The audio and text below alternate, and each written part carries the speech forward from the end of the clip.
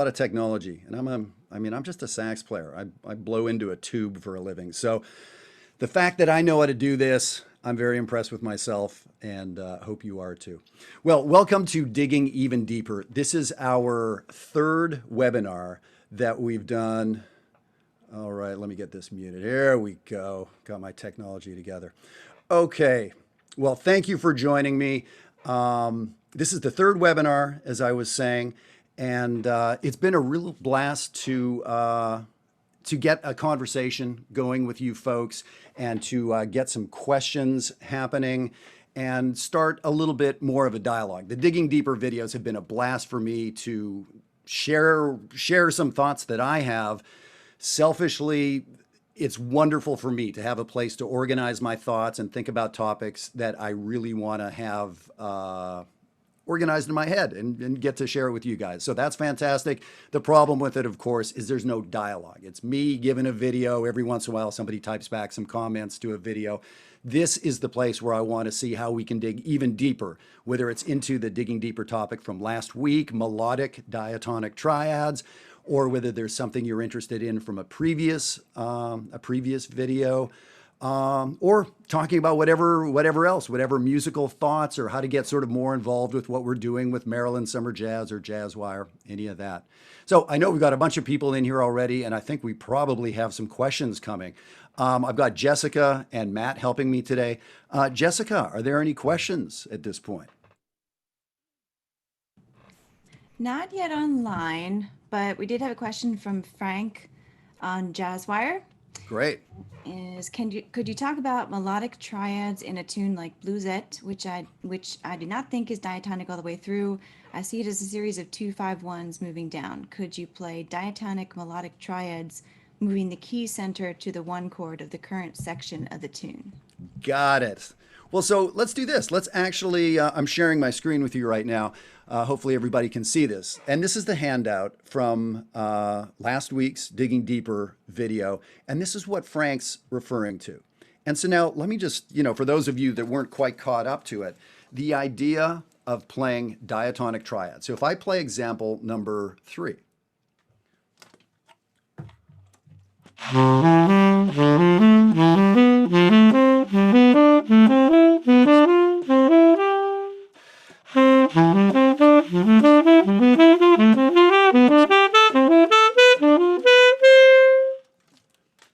So that was example 3 and example number 4. The idea is playing triads that are diatonic to the key of C. Don't actually worry about all those chords there. That's something that we got into later. So what we're talking about here is an organization of notes from the C major scale. So Frank was talking about a song, Bluesette, that we've been working on inside Jazzwire. And the chords move around quite a bit. So the question is, can we play diatonic chords over different sets of chord changes? So if we have, for instance, just C major. So let me do this. I'm going to play a little bit for you. I'm just going to have my accompaniment here playing C major. It's going to be playing the C major sound. And I'm going to play some of those diatonic triads over it. So it's a static harmony, C major 7, and I'm going to play these diatonic triads. So check out what this sounds like.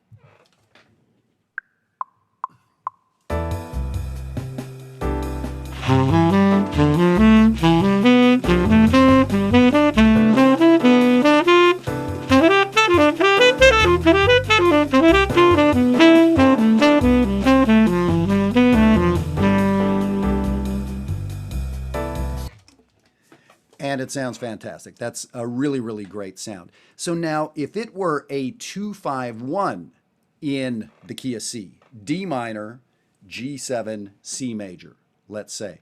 And the answer is yes, that would sound fantastic because D minor and G7 are the same notes, the same key area as C major. So I could play everything I just played there over a 2-5-1 progression or over rhythm changes, 1, 6, 2, 5. So yeah, when we have diatonic chord changes, these diatonic triads fit really nicely. So the trick is a song where the key areas are changing a little quicker. This, we will have to change our diatonic triads depending what key we're in. But so the quick answer is yes, there's definitely moments, 4 measures at a time, going through the song Bluesette, where we can use these diatonic triads 4 measures at a time, as it turns out with that tune. Great question. Matt, anything on your end? Actually, I have nothing on YouTube yet, so Nothing on YouTube. All right, cool. Jess, anything on your end there? Yes, actually. So Mark is asking on Jazzwire too. Say we have a solid F tonal center. If I play an A minor triad versus a C major triad, there's just one whole tone of difference. How can I make these sound like distinct modes? Got it. So let me make sure I got that. So we're in F. So we're in an F tonality. Is that right? Yes, And he's talking about A minor versus C major. with just the AG. Yeah, so there's that one note different. And so when how do we make them sound distinct? And if we're talking about diatonic triads, I'm not sure that that's a really big concern. So I could do just the same thing here. So I'm not going to be in that key of F, but you can be thinking in the key of F. And so I'm going to play the 2 triads that Mark was talking about. So I'm in C major, and in this key, I think it would be the difference between playing the E minor triad and the G major triad. They're diatonic, EGB or GBD. Here's what it sounds like.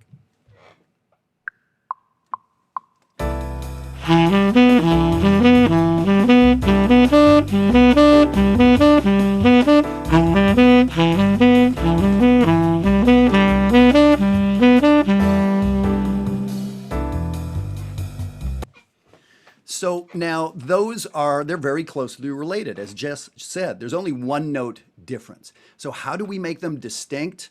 I don't think we want to. The point of diatonic playing is to be able to play all the diatonic notes in an interesting way. If you're looking for a way to make the sound more distinct or the changes more distinct, you want to get into the changes. We want to start playing some chord changes in a bebop kind of fashion. This is not that. This is sort of playing over the changes more. So if I understood the question exactly right, I would just have you get really used to how those 2 similar things are a little different, right? How the flavor of this and the flavor of that, a hamburger at this restaurant and a hamburger at that restaurant, they're basically the same, but they're a little different. Maybe you have a preference, and you would figure out that preference by visiting those restaurants more, by having that more, right? So getting used to the sound. So I would have you get used to the sound a little bit more, knowing there's a subtle difference. It's pretty subtle. And again, if you're wanting to get more into it, I'd say diatonic triads is not the way to go. We want to get more into playing the changes. And I'll say to those of you who aren't aware, we've already had 2 people from Jazzwire. So Jazzwire is the subscription website where we've got, 250, 300 people from, I think, 25 different countries around the world. Vast majority adult amateur players who are working on this music. And the amazing thing is we go back and forth 7 days a week. So we don't do it by video, but we do it with posts. There are hundreds of posts per day on Jazzwire. So it's really, really slick. And if you're looking for not only good information, but this is information focused to you, right? Not just Jeff giving a random video every week on what Jeff happens to be thinking about, but specific to Frank, what are you working on? How can we get you moving? So that's what goes on with Jazzwire. You can visit jazzwire.net.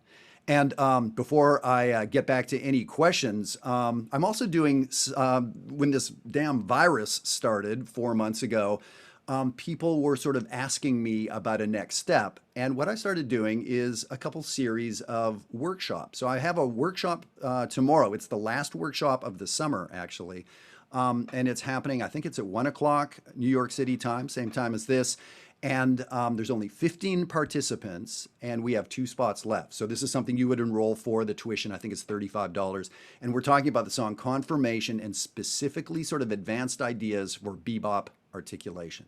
So if that's something you're into, Jessica or Matt could definitely help you out with that. You can get registered in about 2 minutes. Jess, let me get back to you. Any other questions come in, whether it's about the diatonic stuff or any past? Yes, a lot of diatonic questions. Oh my God. So this is from Richard on the Jazzwire member. Good. In the diatonic triads, is it correct that you do not have to play the triad respective to each of the 2/5 chords? Because if you did, then you'd be playing vertically inside the chord. Is this correct? Yeah, so let me do this. So I'm just going to do a little finagle in here on my get up a track of a 2/5/1. Since this has come up now a couple times, pardon me. So what I'm going to do is get my accompaniment playing a 2/5/1 progression. And so the question is, so D minor, G7, C major.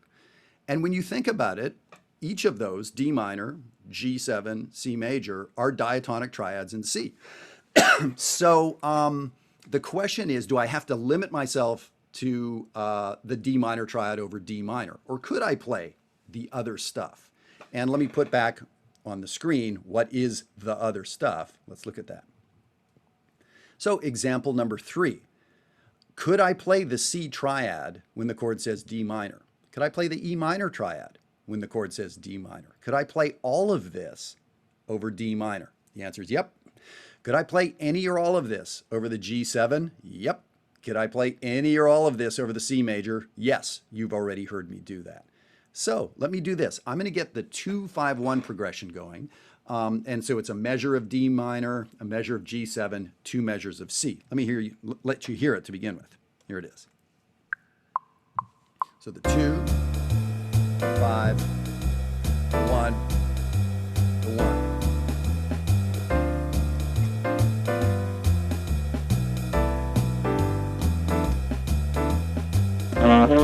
Whoops. Wrong key. Here we go.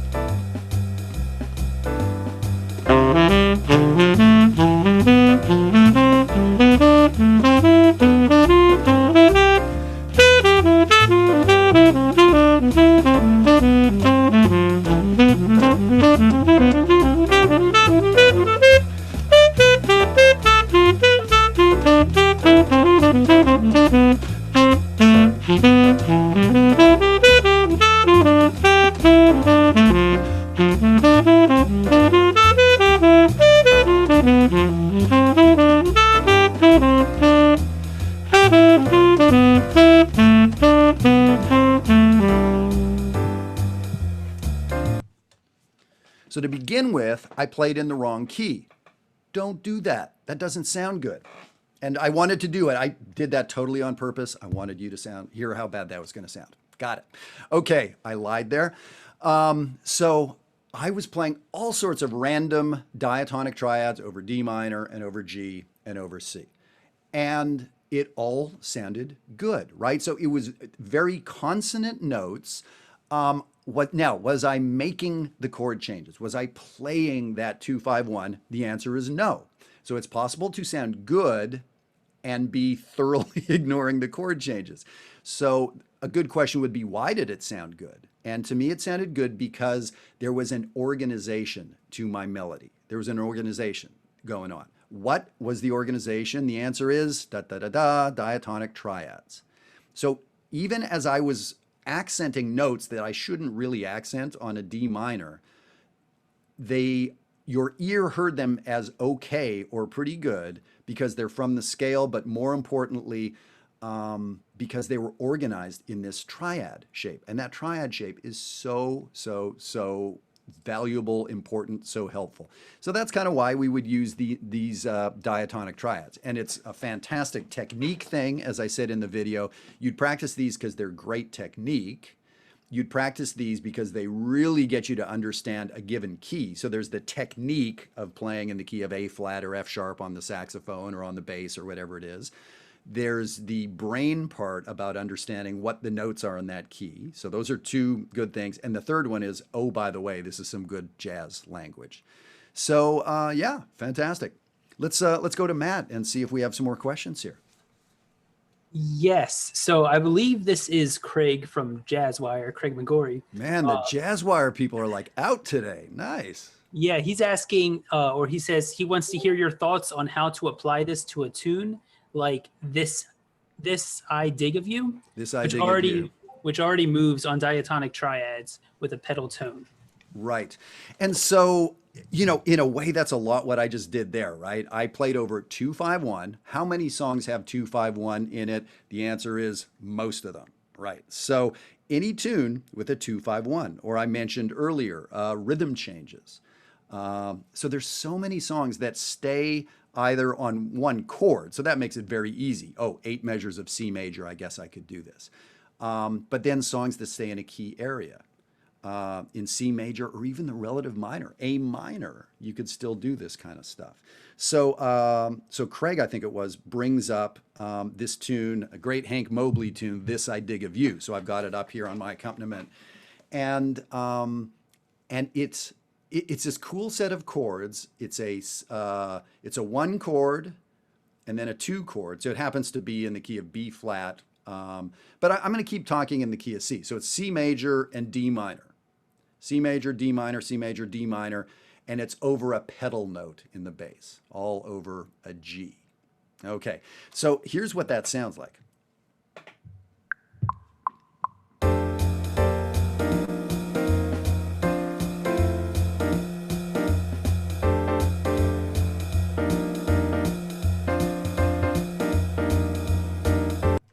Now, if you listen to every note the bass player played, it was in the key. If you listen to all the comping, you know, yes, played by a computer algorithm here, but pretty decent voicings, and they were all diatonic. So everything was diatonic in that key. So again, I can really work with that. By the way, I just got a text here from Jeff Coffin. I don't know what he wants. He's probably messing with me about something. Jeff Coffin from the Dave Matthews Band, from Bela Flex Band. He's going to be with us in a couple weeks at Maryland Summer Jazz. So yeah, come to Maryland Summer Jazz, work with Jeff Coffin and Rick Margitza and Peter Erskine and all those people. I'll tell you more about that. Let's play This I Dig of You. So I'm going to play over this accompaniment a little bit, just using the diatonic triads. Here we go.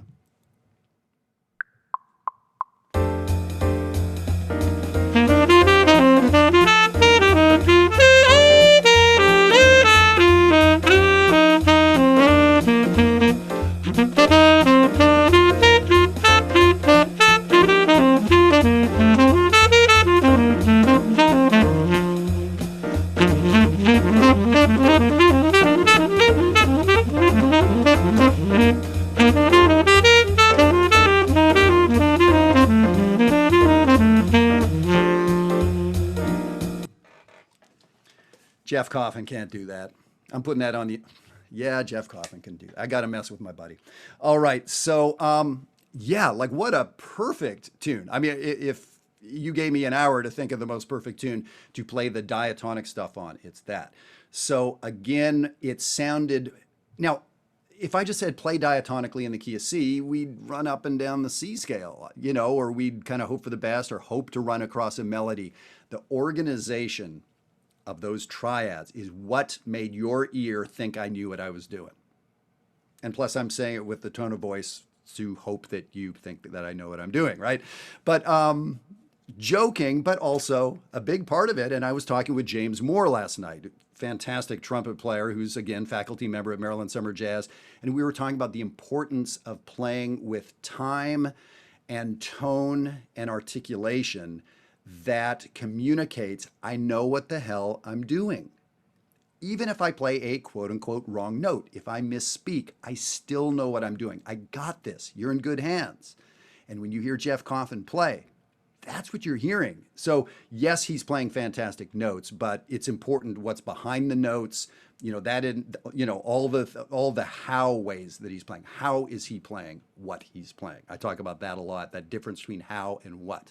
So what I was playing, nicely organized, diatonic triads. How I tried to play with good time and good intensity and all that.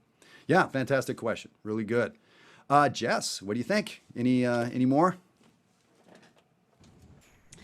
So on a different topic, I think this is a fast one. It reminds me of a video I think you did called Mode Suck. Oh yeah. Sure.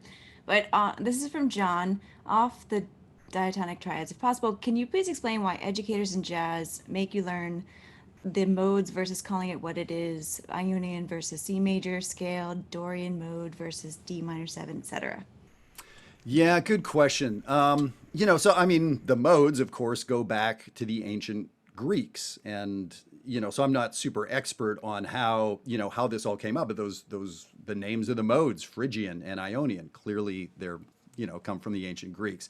So it's true that if you play the C major scale from C to C, that's called Ionian, right? And by the way, this is very related to what we're talking about with the diatonic triads. If you play a C major scale but start on D and play D to D, D, E, F, G, A, B, C, D, you get a mode called Dorian. If you play from E to E, etc. So there's all those different scales in there. They're each legit scales that we use, we practice, we play all of them when we improvise and play jazz. So to me, when I was first learning, it didn't make sense to me. If I'm playing in D minor, D Dorian, why should I be thinking about C major? I'm not in major at all, right? So that was not helpful to me. It actually confused me. I rather would learn that the D Dorian scale is a D major scale with a flat third and a flat seven. It's a D major scale, D, E, F sharp, but we lower the third because that's what you do in minor. D, E, F, G, A, B, not C sharp, but C natural. So it was helpful for me to learn that the D Dorian scale has nothing to do with C major. Of course it does, but I didn't want to know that.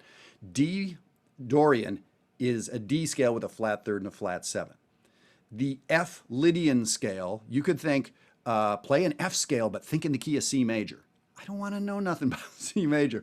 F Lydian is an F scale with a sharp four, raised to four. So that's the way I learned. And that was helpful to me.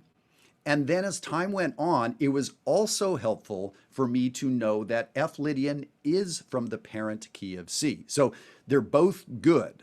I know people who it's crazy making to learn the way that I learned. So I'm very happy to have them play G Mixolydian and think of it as if it's from C. To me, I don't want to know that. I want to think of G Mixolydian as its own thing with a flat seven.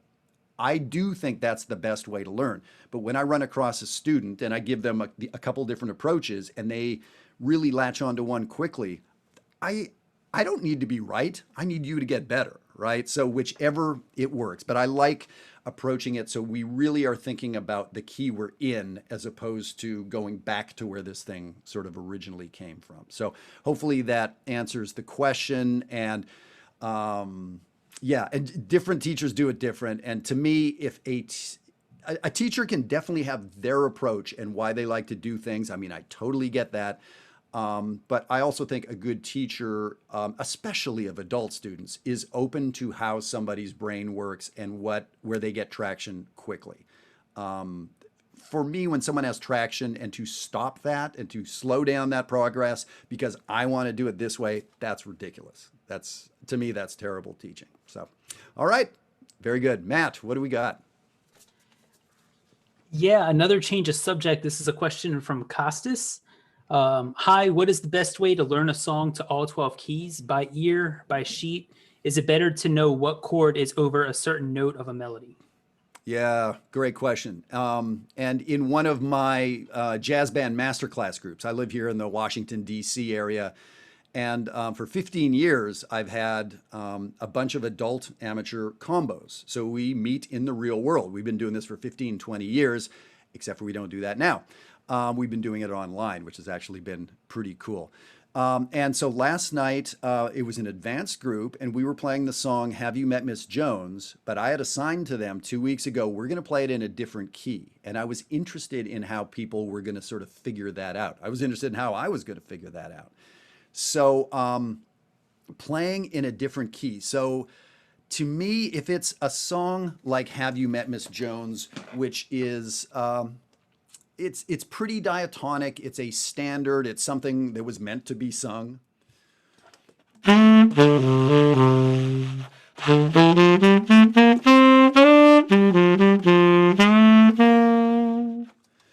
So that it's all diatonic. So for me, I remember that I start on the third of the tune, 3, and then I go down to where the fifth. I kind of wiggle around the fifth. 5, 6, 5, 3, boo doo doo. So that little starting point. And now, can I trust my ears to find the next place? That's the way I kind of like to do it if I can, because it's really using my ears as opposed to trying to calculate too much. And that is something I do too much. I tend to calculate things a lot in my thinking and in my playing and in my practice. And there's nothing wrong with that. But I'm trying to develop the other side and have been for a long time, the more intuitive side, the melodic side. So with a song like that, Have You Met Miss Jones? I would just go through it a bunch of times and play it wrong a bunch of times. And every time I get to that note that I was wrong, I may then come up with a little trick. Like I keep forgetting that person's name. I've forgotten their name 4 times. I need a trick. And you'll come up with whatever the trick is about how to remember that person's name. So one of the tricks I like is knowing the chord changes. For me, I want to know the rules of the game that I'm playing, right? If I'm walking out on a cricket field or a football field or whatever it is, it's helpful for me to know where inbounds is and where out of bounds is. Where am I allowed to be when the whistle blows? So I need to know that. So knowing what the chord changes are also gives me a hint of what the melody is. So it gets to be this nice beneficial spiral where when I know the melody, it helps me remember the chord, because this is the melody note, I know. So what is the chord going to be? I can't remember, is it A major or A minor? Well, given the melody note, it needs to be such and such, right? And then the other way around too, if I know the chord is A minor, but man, I can't remember, is the melody note C or C sharp? It's an A minor chord. What is the melody note? I guarantee it's a C. It's not going to be a C sharp, right?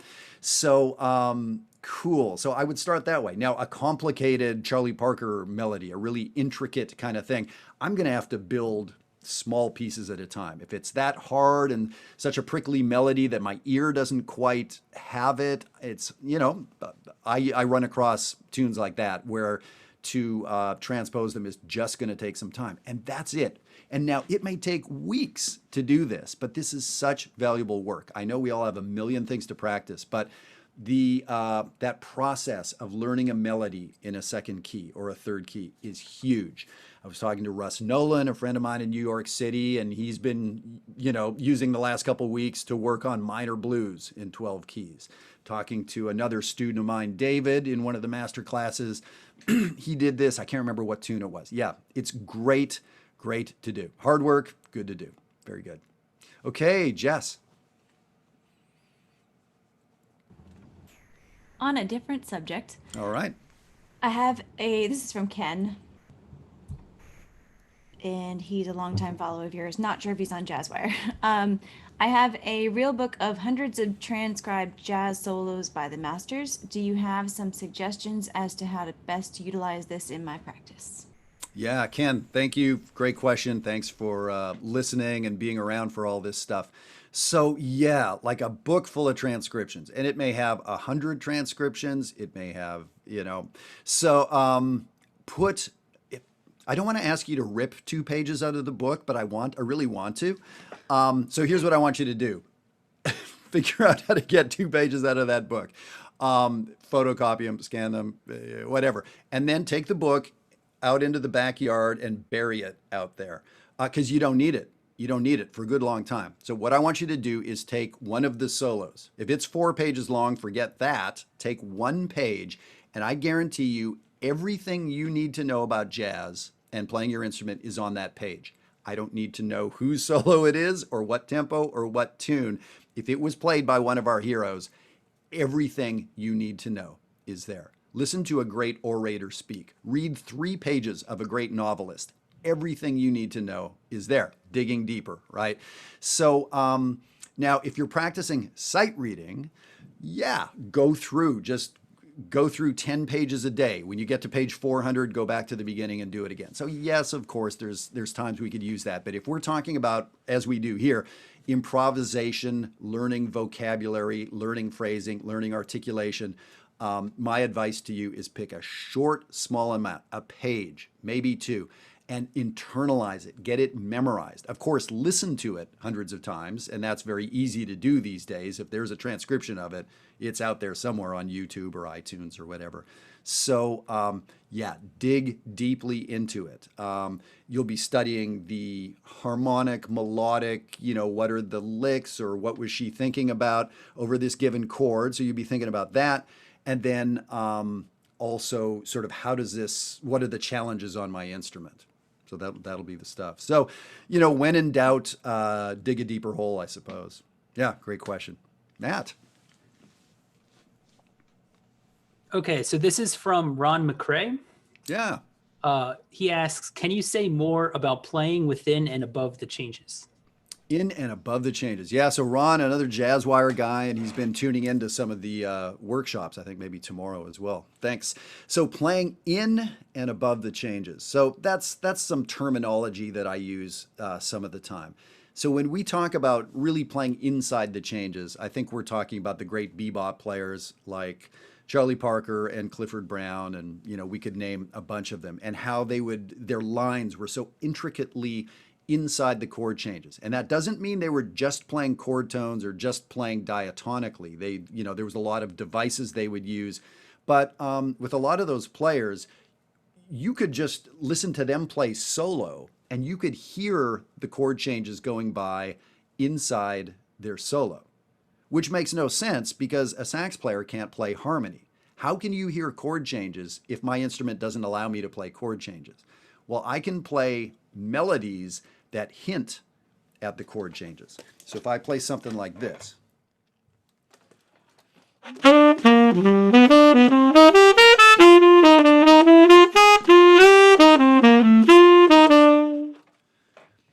And even with my sticky G sharp key that didn't allow me to play the flat nines I wanted, okay, maybe you could hear I was playing 1, 6, 2, 5. Maybe you could hear I was playing rhythm changes. So my melody was really strongly inside the chords, highlighting the chords. So there were chord tones, but there were neighbors, there were tensions that took your ear to a particular place.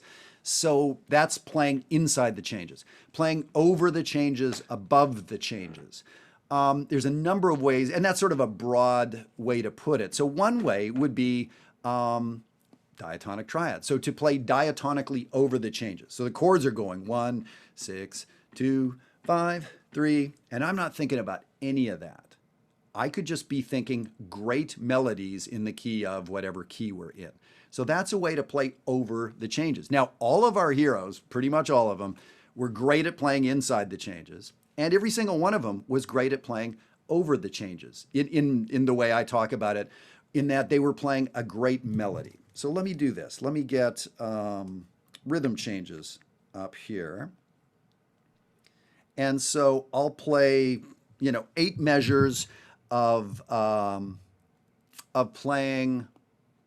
Let me do this. I'll do the over the changes thing first. So I'm going to just be playing melodic. I'm not thinking about any of these chords at all. I'm just going to be thinking about, I'm in the key of B flat concert, and I'm going to try to play some good melodies I've heard. Then the second 8 measures, you should hear a real shift in many ways. And what I'm going to be doing is thinking entirely about the chord changes and carving my way through those. So here we go.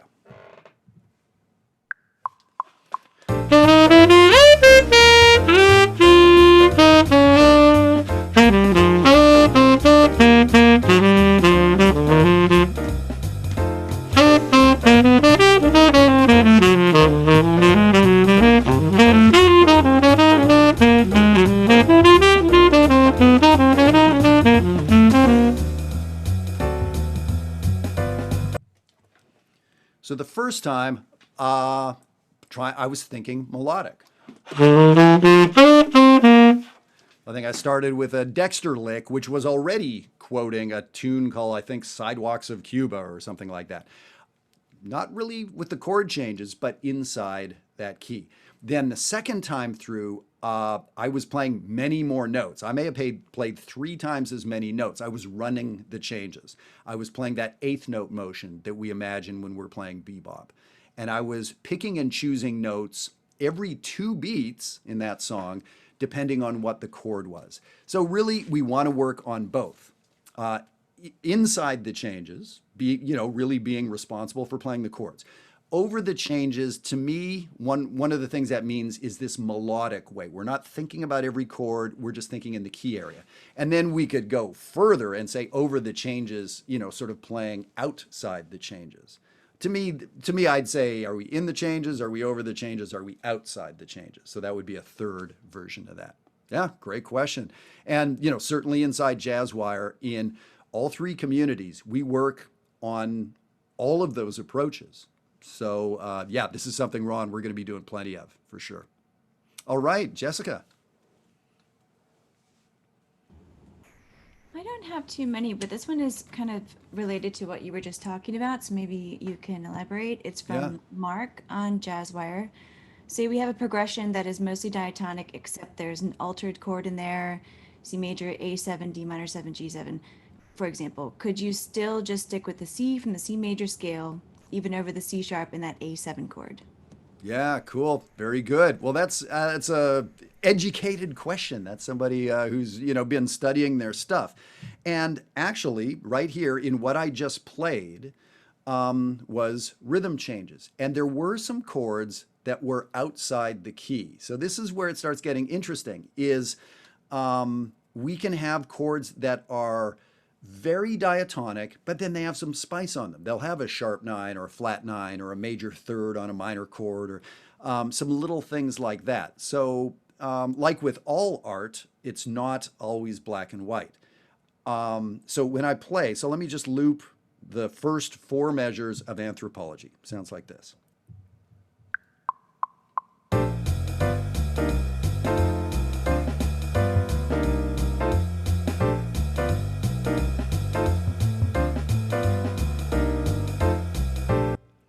So I would say that's diatonic in that it's 1, 6, 2, 5, 3. So for some of you, you may not quite know why is Jeff saying those random numbers, but that set of chord changes is called the turnaround, capital T, capital T. It's very, very famous set of chord changes that many, many songs use.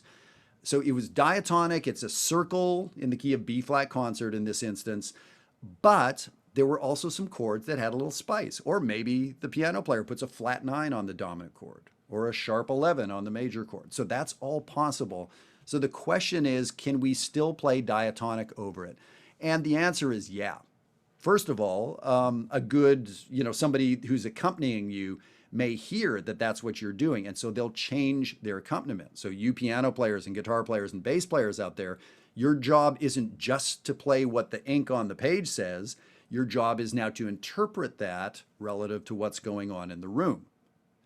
So we do that, having conversations in what we do for a living all the time. We know what the job description on paper was, but you don't look at that every day. You understand what your job is, but then there's all these subtleties through the day where you're not exactly staying with the description, right?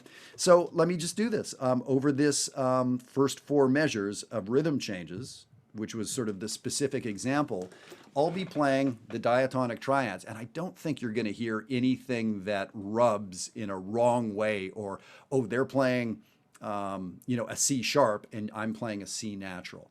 The strength of their progression makes them sound good. The strength of my melodic shape makes me sound good. So our ear tends to erase whatever little rubs there are, because our ear hears like, oh man, that guy knows what he's doing and she knows what she's doing, so it's all good. And we do that all day, that sort of cognitive thing that things that aren't quite right or shouldn't quite make sense, but we sort of let it slide.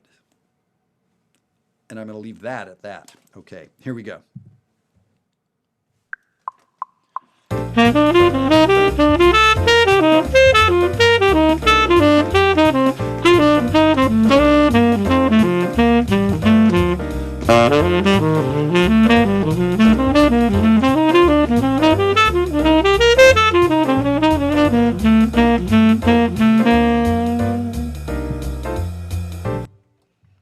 So if one of you transcribes that, you're going to find all kinds of places where I was playing notes that I wouldn't encourage you to do in Jazzwire. There may have been a G7 where I'm landing smack on a C.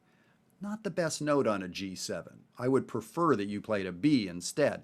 But the logic of my melody insisted that I play a C, and so I did.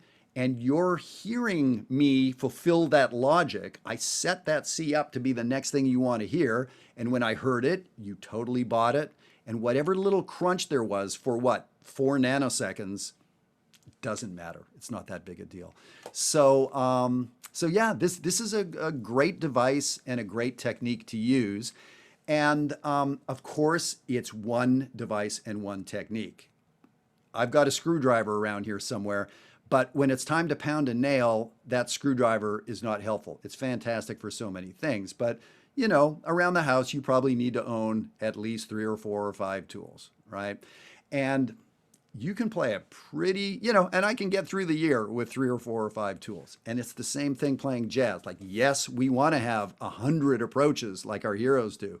But if we have 3 or 4 or 5, we're putting together some like really, really good sounding material. And that's really the approach I use in my teaching at Jazzwire or on Digging Deeper, is, you know, offering some of these ideas that will be very powerful. I really try to never bring anything up that is so specific.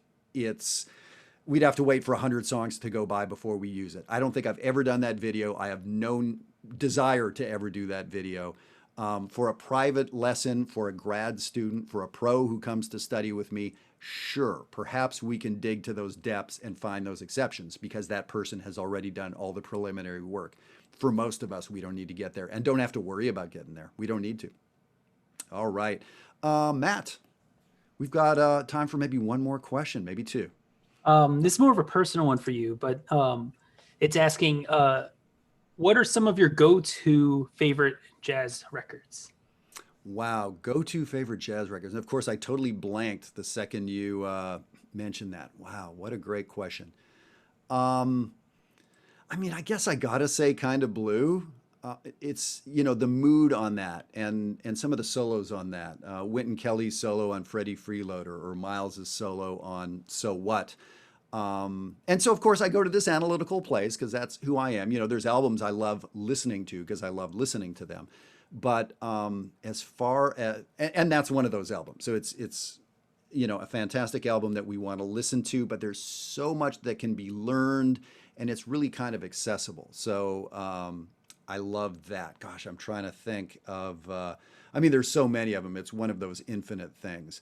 The Joe Henderson album, Inner Urge. I've been working on that song with some of the masterclass folks. So Inner Urge is, you know, one of my favorite players, Joe Henderson and McCoy Tyner and Elvin Jones and the band, the compositions, everything. That's, you know, a fantastic one. I was listening to Oscar Peterson recently, and the Oscar Peterson album, there's 2 Oscar Peterson featuring or whatever it is. The one with Clark Terry and then Oscar Peterson trio with Stan Getz, like those 2. Holy cow. And it does, you don't have to be a trumpet player for the Clark Terry one or a sax player for the Stan Getz one. Again, amazing, wonderful, beautiful music, but the playing is just, you know, whole other level. So those are some things that come to mind. And yeah, I hope that helps. If any of you out there haven't heard those 4 albums that I mentioned, check them out. Check them out for sure. I will give you a money back guarantee. All right, let's go to Jess and take one last question. I guess I want to, you know, kind of keep this short and sweet, and you know, have an opportunity to you know, see what you guys are thinking about. So this is back to the diatonic triad topic from Randy on Jazzwire. It's 2 pieces, but I'm going to put them together because he did part 1 and part 2, so I don't. All right. Right. Is this the same as chromatic elaboration of static harmony? And does this diatonic triad idea work for old standards and modern jazz? Please demonstrate. No and yes are the answers. Thank you very much. Goodbye. All right. So is this the same as chromatic? So whatever all that was, the word chromatic is in there. So the answer is no. This is not chromatic. when I do diatonic triads, so if I understood the question correctly, diatonic triads in the key of C, there's nothing chromatic there. So could I add chromaticism to diatonic triads? Like, yeah, sure I could, and that's actually something I like to do. But so it's not the same. So this is so diatonic and chromatic are sort of, I guess, opposites if we want to think about it that way. So hope I understood that correctly. And can we do this over older style or newer style? And the answer is absolutely. I played this over the Hank Mobley tune. So of course that's tunes from the 60s. I don't know if we're going to call that modern, but it's got the pedal tones and more of a modal approach. So that is more modern. And so I did it over rhythm changes. Now rhythm changes goes back to pre-bebop. All the bebop guys played rhythm changes constantly, and to this day we play rhythm changes. So, so the era of jazz has nothing to do with it, frankly.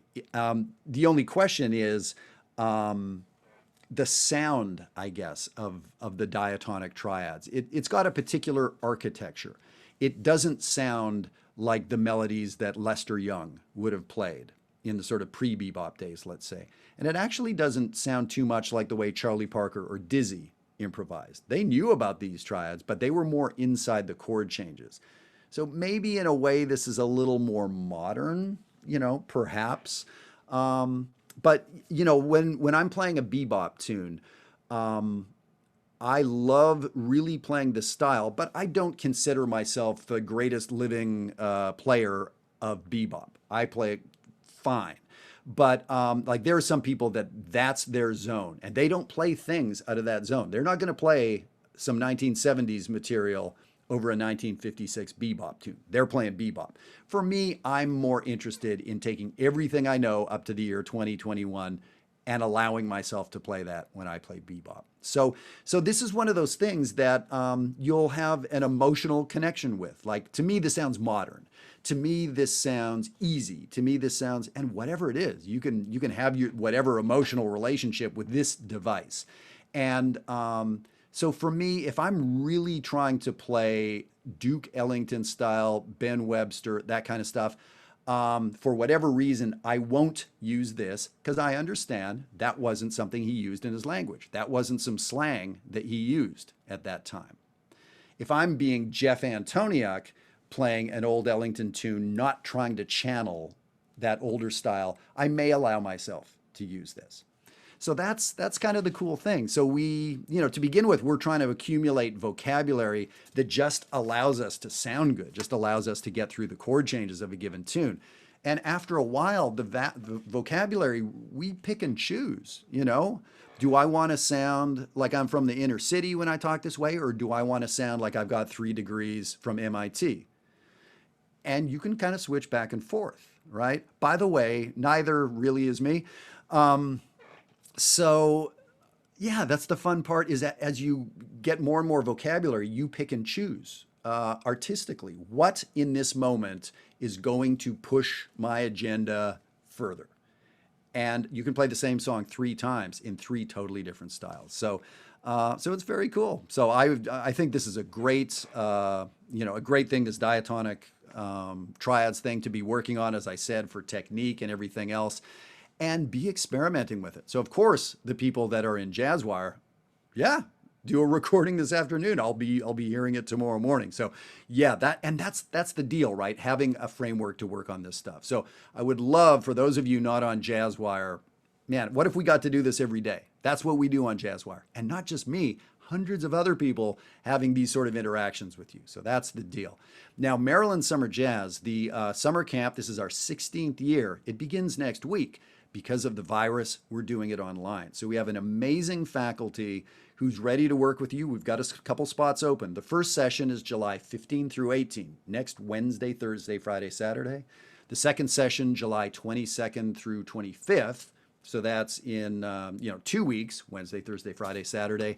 It's all done like this, but we're doing a ton of playing, and it's interactive, of course. We've got our 14 core faculty members. We've got special guests like Jeff Coffin and Rick Margitza, Miles Davis's last sax player, and Peter Erskine, and John Patitucci, and Jeff Keyser, and Ingrid Jensen, and on and on and on. So if you're not sure what to do with yourself, unable to travel and canceled vacations and just not, not having the things to look forward to that some of us, might be looking forward to at this time of year, I would love to work with you there. I promise an amazing experience. So go to marylandsummerjazz.com.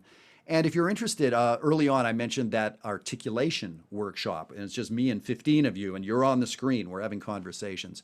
That's tomorrow. And you can get a hold of Jessica or Matt, or just go to jazzwire.schedulista.com, and you can register there in just about 2 minutes. So I think that kind of covers it for today. Fantastic questions. And yeah, this is wonderful. So we'll do more of these. I think this will be the last webinar, maybe for the summer, maybe late summer, late August into September. We'll do some more of these. This is important to me. I love to hear what you're thinking about and how you're thinking. That allows me to do a better job with digging deeper.